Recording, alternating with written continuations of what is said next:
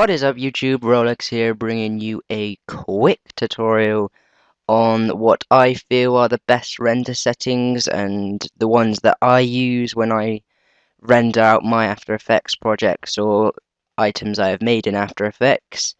So let's get straight into this because we don't need to be hanging around. And for you guys, I know most of you know how to add to the render queue or render out, but for those who don't, we just want to go to composition and add to render queue. Not that hard. And before I do, I am going to show you what I have made. It's nothing too exciting, it's just some text moving. Nothing great, but you know, just example. So if we click back on the render queue over here, we want to go to render settings over here and click settings.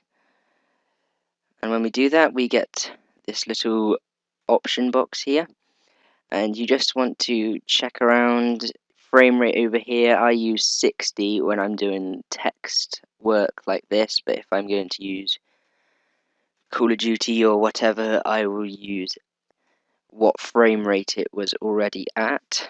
Most of the time it's going to be 59.97 or 29.97. But for text items like this, I'm going to use 60 frames per second, and we want quality to be best, and we want resolution to be full, and we don't want to touch anything else, so we click OK. And then we want to go to output module, and this is probably the most important part of render tutorials or settings, whatever. And I'm going to click on video for Windows and change it to a QuickTime movie. And then post render action we want to leave alone, and we want to go to format options over here. And once that is loaded, frames per second, we want to click on our frame per second in the composition and -60, so I'm going to leave it on that. And then I want to change to either a H.264 or a MPEG-4 video. I am going to do a H.264. And make sure this little arrow thing over here is on best. And we want to click OK. And press OK and OK again. Don't know why I did that. And if you have an audio, you just click on audio output, but if you don't, just leave it unchecked, and we want to leave everything alone. Color management, you want to leave alone as well, and click OK.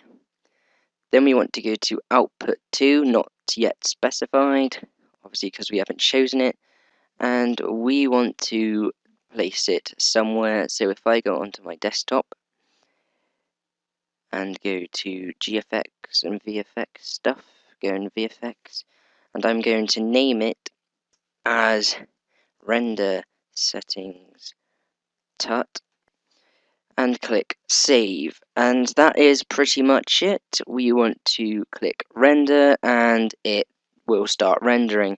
And one important thing you must do before it's crashed, that's great. Go away. Right. It's crashed there, but you know, that's because I'm recording. You want to click on your composition and make sure the little arrow is at the start of the timeline. And that is pretty much it, guys. I hope you find this useful for when you're doing animation work with just the text or shapes or anything. My next tutorial will be on a intro template for you guys with a tutorial so you know how to change things, etc. This has been Rolex. I'm out. Peace!